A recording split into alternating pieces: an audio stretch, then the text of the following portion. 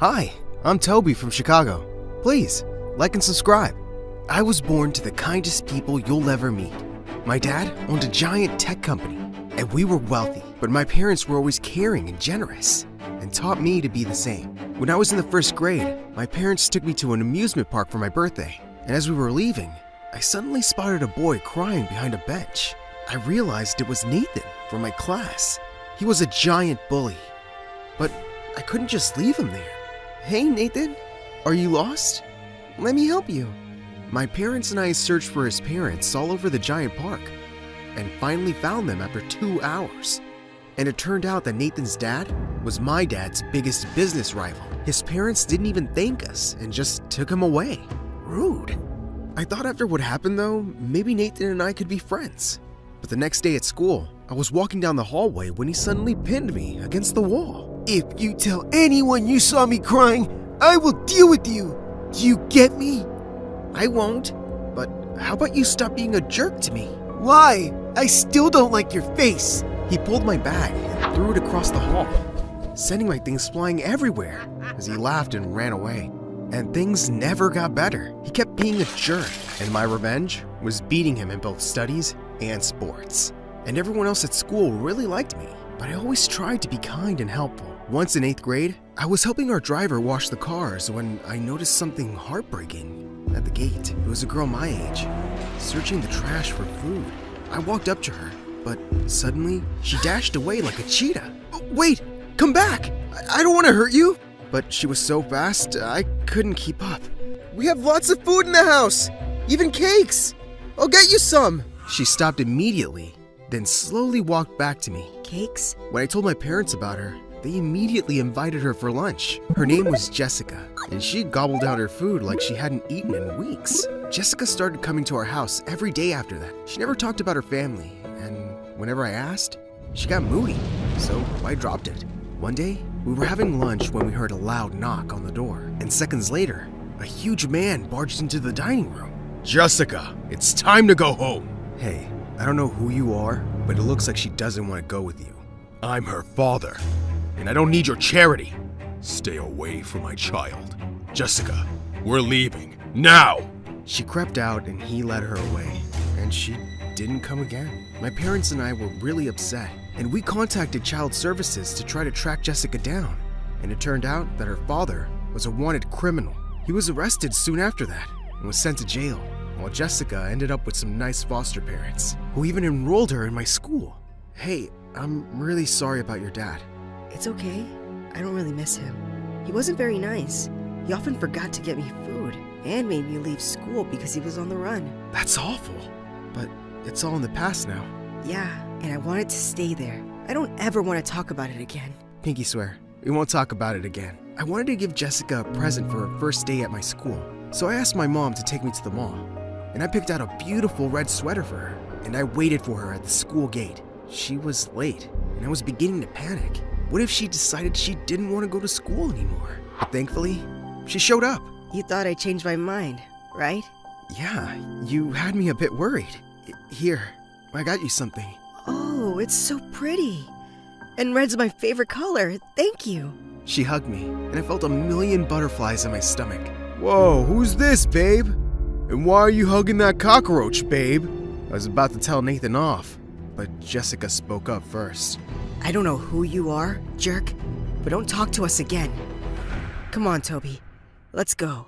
Jessica fit in easily and was making new friends in no time.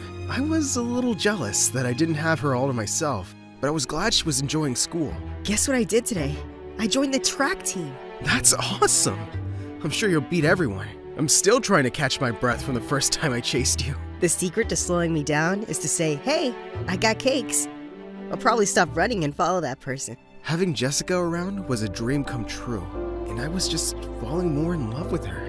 One day after school, I was looking for Jessica when I found her in the hallway with Nathan. Hey, is he bothering you? Nathan, just back off! Whoa, calm down. He's part of the track team, and we're going to an event together. I pulled her away to speak privately. That's Nathan. He's been a jerk to me since we were kids. But he's my teammate, Toby. And actually, he's not that bad. Come on, Jessica. We're running out of time. Get it? Jessica laughed out loud and walked away with him. What? It was a terrible joke. But from that day on, Nathan was always around Jessica, and it burnt my heart. Jessica was so good on the track that she was winning medals in no time. She became really popular and was always hanging out with the cool kids now. But one night in the 10th grade, I was studying for a test when she crept through my window. Hey, Toby, I missed you. Really? You bailed on our plans like 100 times. Yeah, I know. I'm sorry. So, listen, Nathan took me out for a drive, and I completely forgot about this big math test tomorrow. Will you help me, please? Okay. I'm studying right now, so pull up a chair. Oh, not right now. I mean, can you help me during the test tomorrow? You mean cheat? You know I never do that. But I'm going to fail, Toby. Yeah, well, that happens when you hang out with people like Nathan. Keep doing that and he'll ruin you. If you can't help me, at least don't give me a lecture. Thanks for nothing. I'm sure Nathan will think of something. And with that, she left. And the next day, I spotted a shy girl in our class, passing cheat sheets to Jessica and Nathan during the test. So that was Nathan's solution? Bullying other kids to help them cheat? But just then, the teacher caught the girl and took her off to the principal. And moments later, Nathan and Jessica were called out too, and then suspended for a week. I really hoped that Jessica had learned her lesson. But a week later, I found her and Nathan cornering the shy girl in the hallway. You're supposed to be one of the smartest girls in class, so how come you're so stupid? You ratted us out to the principal. You know what we do to snitches? And can you stop crying? You got snot on your face, and it's gross. What the heck? Jessica was a bully now? Jessica, what's wrong with you? Knock it off and leave her alone. Mind your business, nerd. I wasn't talking to you, jerk. Well, you're talking to my fist now. And then, Nathan punched me. I tackled him to the ground, and we both wrestled like crazy until some teachers stopped us. And for the first time ever, I landed in detention. Jessica tried to talk to me, but I just walked past her. I completely avoided her for the next few days. But then one evening, the police arrived at our house with some news of her dad. He was really sick and was being transferred to another city for treatment right away. And he wanted to meet Jessica before he left. She wasn't answering my calls. And when I went to her house, her foster parents told me she was at Nathan's place for a party. Great. It was the last place I wanted to go, but I had to tell her. As I looked around for her, my heart suddenly dropped to my stomach. Jessica was in the corner with her arms around Nathan. Then she kissed him. Jessica, I need to talk to you. It's urgent. What are you doing here, man? You're not welcome in my house. It's not like I want to be here. Jessica, listen. I'm gonna call security. Toby, can you please leave? I don't want you creating a scene in front of my friends. She started walking away and suddenly felt a wave of rage. Is that all you care about now? I thought you'd like to know that your dad is sick and he wants you to see him before he's shifted to another prison. The loud music suddenly died as I shouted, and everyone stared at us. What? Your dad's in prison? You're some criminal's daughter? Jessica burst into tears as she ran out. Jessica, please stop. I'm sorry. She suddenly turned around and pushed me so hard I fell to the ground. It's the one thing I ever asked you, Toby. I said I never wanted to talk about my dad, and you decided to announce it? I didn't mean to, but I had to tell you about him, and you wouldn't listen. I think you can't stand that I have other friends, and you just wanted to ruin that. Do you think I should be eternally grateful to you and not have a life of my own because you saved me from a dumpster? Jessica.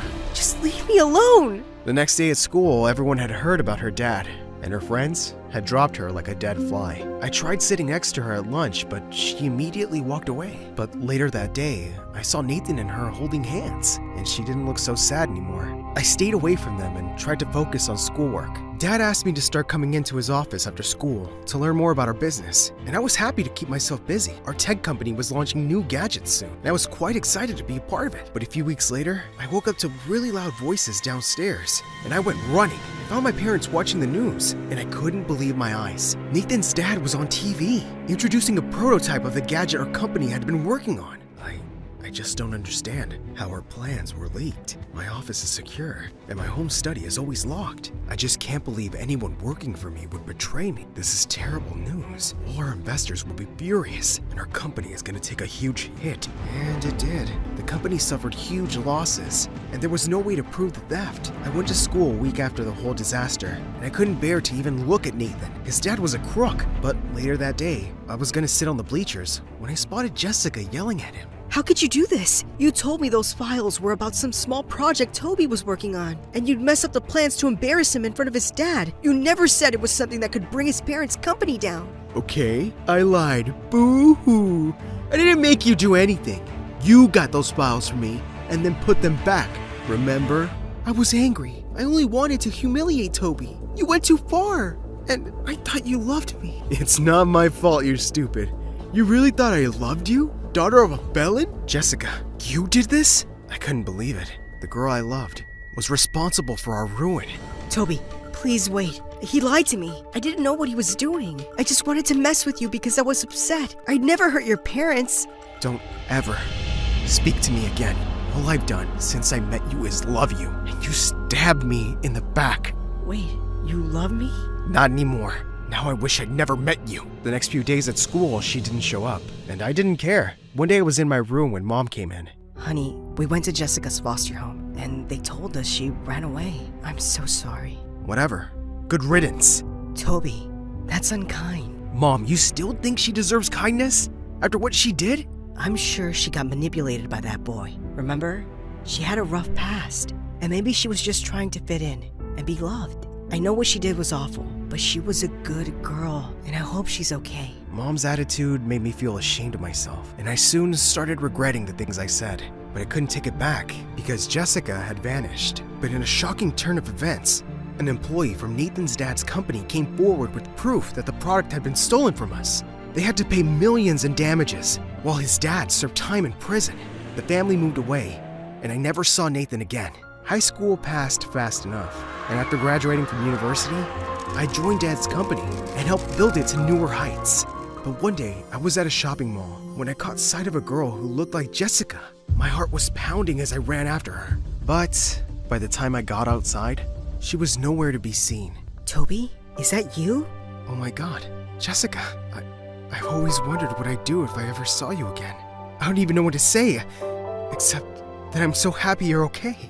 Toby, I've thought of this meeting a million times too, and I really need to say that I'm so sorry. I was so stupid, and I knew even then that you'd never hurt me on purpose, but I ended up hurting you and your family so much. I left because I couldn't face you guys anymore.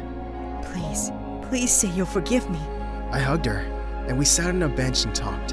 After she ran away, she ended up in a foster home again, and they got adopted by some really nice people, and I was so glad her life hadn't been miserable. As I loaded her groceries in her car, I spotted something in her back seat. It was the red sweater I'd given her in the 8th grade. Jessica, do you think I can call you sometime and ask you out on a date?